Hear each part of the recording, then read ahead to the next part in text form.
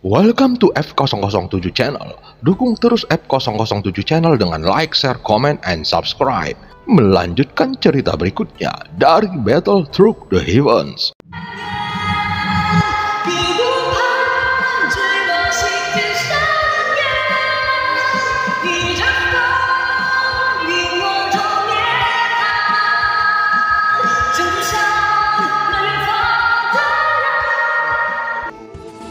Selamat beraktivitas dan terima kasih atas dukungannya selama ini. Semoga semua sobat F007 selalu diberikan kesehatan dan rezeki yang berlimpah. Amin ya robbal alamin. Pada part sebelumnya, Goyan sangat marah karena dia diculik dan dipaksa memperbaiki penghalang dunia kuno dewa abadi dan iblis. Namun sosok-sosok ini tidak peduli dengan penjelasannya. Bahkan mereka melakukan tindakan yang lebih kejam untuk memaksanya.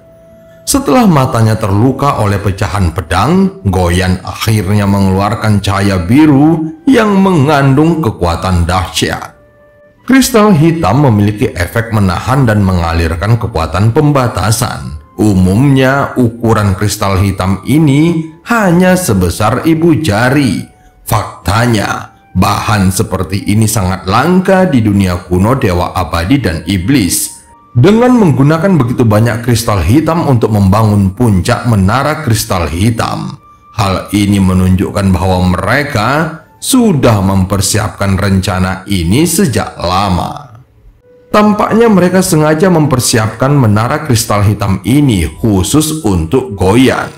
Tentu saja penjara biasa tidak akan mampu menjebak Goyan yang memiliki kekuatan pembatasan yang sangat kuat. Sehingga mereka membutuhkan banyak usaha mengumpulkan material ini dan membuat menara kristal hitam agar dapat menahan serangan pembatasan Goyan. Berdasarkan fakta ini, maka yang menculik Goyan seharusnya orang yang sangat mengenal tentang kekuatannya dan juga memahami kelemahannya. Adapun di luar menara kristal hitam ini terdapat formasi yang lebih besar, sehingga saat Goyan berada di dalam kristal hitam dan menembakkan kekuatan pembatasannya, maka itu akan meleleh dan diserap oleh formasi tersebut. Saat Goyan menyebarkan kekuatan pembatasannya, formasi yang awalnya redup dan terlihat membosankan ini meledak dengan cahaya yang belum pernah terjadi sebelumnya.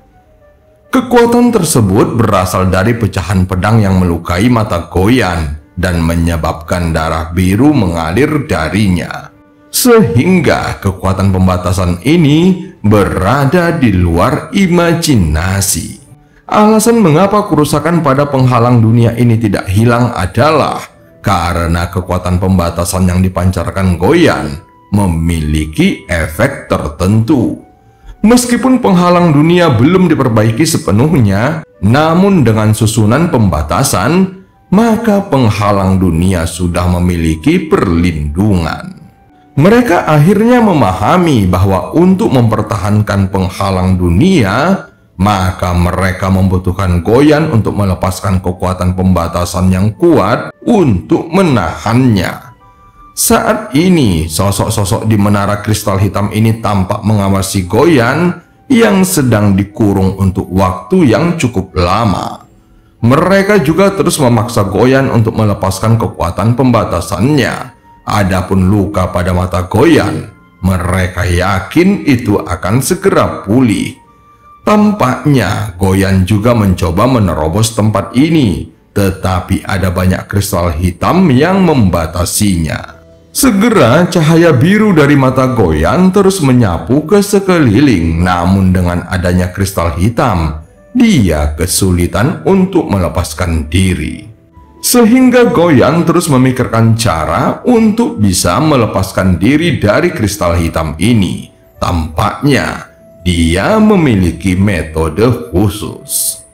Hanya mengandalkan kristal hitam ini ingin menjebakku. Beri Tuan Go ini waktu, dan aku akan menunjukkan kekuatan pembatasan yang sebenarnya kepada kalian. Goyan bergumam di dalam hatinya dan ada sedikit cahaya misterius yang melintas di mata besarnya. Di dalam menara kristal hitam, Goyan sedang menyiapkan pembatasan yang sangat halus dan meyakini bahwa dia bisa menghancurkan menara kristal hitam ini. Sementara itu di sekte boneka dewa, sebuah lengan ungu muncul di udara. Xiaoyan terus melihat lengan ungu yang terbang ke arah glasir darah raksasa. Kecepatannya tidak cepat, namun glasir darah raksasa itu merasa sangat aneh saat memandangi lengan ungu yang terbang ke arahnya. Dia segera mengangkat tangannya dan menamparnya dengan telapak tangannya. Seketika, suara teredam terdengar saat glasir darah raksasa menamparnya. Namun lengan ungu menembus tangannya, kemudian menuju ke arah jantungnya. Apa ini? Teriak glasir darah raksasa dengan keterkejutan di matanya. Saat ini, lengan ungu itu telah menembus tubuh besarnya dan terus masuk, seolah-olah sedang mengebor ke dalam tubuhnya. Terlihat glasir darah raksasa mulai menggeliat di udara. Kemudian tubuhnya yang besar tiba-tiba meledak dan lengan ungu tersapu darinya. Glasir darah raksasa merasa terancam dan mulai terlihat panik. Tampaknya godaan besar darah dewa asli telah hilang dari pikirannya dan ingin melarikan diri. Namun lengan ungu itu terbang lagi dan menyerbu ke dalam tubuh raksasanya. Keluarlah dari tubuhku! Sialan! Glasir darah raksasa tidak bisa menghentikannya sedikit pun. Dia ingin meninggalkan sekte boneka dewa. Namun di bawah kendali lengan ungu, dia sama sekali tidak bisa pergi. Sementara itu, Xiaoyan juga mulai bertarung dengan leluhur belang berkepala 8. Saat melahap boneka dewa, kekuatannya juga terus meningkat. Tetapi Xiaoyan tidak mau terus membuang waktunya di sini.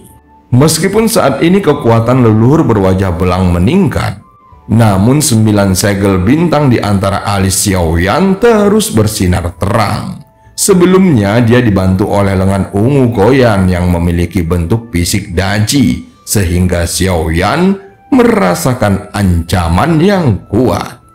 Namun saat menghadapi leluhur berwajah belang sekarang, wajah Xiaoyan tampak mengerikan. Tubuhnya segera menjelma menjadi ribuan kaki. Tinjunya juga dipenuhi dengan cahaya keemasan yang mengerikan dan langsung menghantam leluhur berwajah belang. Kepala 8 leluhur berwajah belang yang telah melahap banyak boneka dewa memancarkan keganasan seperti 8 bilah tajam yang tidak takut pada Xiaoyan. Tetapi saat tinju Xiaoyan jatuh, sosok leluhur berwajah belang terpental ke belakang dan dia terlihat benar-benar tidak berdaya memblokirnya. Aku akan membiarkanmu melihat latar belakang sekte boneka dewaku. Raja mayat kelima, raja mayat keempat, raja mayat ketiga, semuanya bangunlah. Bergabunglah denganku untuk membunuh orang ini. Leluhur berwajah belang berteriak dengan tajam, namun setelah beberapa saat, tidak ada reaksi apapun. Saat ini di sekte boneka dewa, entah sejak kapan sosok berambut ungu muncul. Dia terbang naik turun di dalam sekte boneka dewa. Kemanapun dia pergi, tutup peti mati akan meledak dalam sekejap. Boneka dewa yang ada di dalamnya segera terbang keluar mengikutinya. Saat berikutnya, dia terlihat sudah menghilang. Seluruh sekte boneka dewa dibangun di atas kepala dewa asli. Ada 2 lubang mata di tengkorak itu. Jika masuk melalui 2 lubang hitam di rongga mata, maka seseorang bisa melihat bahwa inilah inti sebenarnya dari sekte boneka dewa. Segala sesuatu di sini penuh dengan peti mati. Tentu saja ini semua adalah pondasi dari keberadaan sekte boneka dewa selama ribuan tahun. Di dalam kegelapan ada banyak peti mati yang terkunci oleh rantai besi yang terhubung satu sama lain seperti sarang lebah. Tidak diketahui secara pasti berapa banyak boneka dewa yang ada. Namun beberapa peti mati telah terbuka dan tidak ada satu sosok pun boneka dewa di dalamnya. Di antara peti mati ini ada yang bentuknya tidak biasa dan memiliki pola rumit pada penampilannya. Peti mati ini adalah tempat raja mayat seperti yang dikatakan oleh leluhur berwajah belang. Tetapi sekarang peti mati ini sudah kosong. Hasil panen yang luar biasa. Saat mencari roh jahat, kebetulan aku menemukannya di dekat sini. Ternyata aku datang tepat waktu. Pria berambut ungu itu memiliki senyum puas di wajahnya. Faktanya, sosok ini sedang menjarah sekte boneka dewa. Tentu saja Xiaoyan tidak merasa asing saat melihatnya. Bagaimanapun, ini adalah avatar pemakan jiwanya. Namun sekarang Ye Tian yang mengendalikan avatar pemakan jiwa itu, sehingga kekuatannya meningkat secara signifikan. Saat ini dia terus terbang melintasi sekte boneka dewa untuk mencari boneka dewa yang diinginkannya. Tentu saja tidak semua boneka dewa dibawanya pergi. Dia hanya memilih boneka dewa yang memiliki kekuatan yang kuat. Sehingga Raja Mayat menjadi pilihan pertamanya. Raja Mayat? Di mana Raja Mayatku? Suara leluhur berwajah belang terdengar tak berdaya. Berdasarkan pemahamannya, Raja Mayat yang kuat seharusnya sudah ada di sini sejak lama. Tetapi setelah beberapa saat, tidak ada satupun Raja Mayat yang muncul. Saat ini terlihat langit sekte boneka dewa dipenuhi oleh nyamuk iblis beracun yang mengaum. Ada banyak sosok juga yang melarikan diri dengan cara mereka sendiri, sehingga pemandangan ini terlihat semakin semrawut. Adapun yang bertarung melawan nyamuk iblis beracun adalah murid dari sekte boneka dewa dan boneka dewa yang mereka kendalikan. Setelah nyamuk iblis beracun ini tidak menemukan pil apapun di sini, mereka semua akhirnya jatuh ke dalam keadaan gila. Saat mendengar suara derap langkah, leluhur berwajah belang sangat gembira. Tetapi saat dia berbalik, hatinya berubah menjadi sangat dingin. Dia melihat sesosok tubuh tergantung di udara dengan rambut ungu dan mata ungu. Kemudian, alisnya yang memiliki tanda ungu dan hitam berkedip perlahan. Raja Mayat, apakah kamu membicarakan mereka? Dan cerita pun berakhir. Sampai ketemu di part selanjutnya.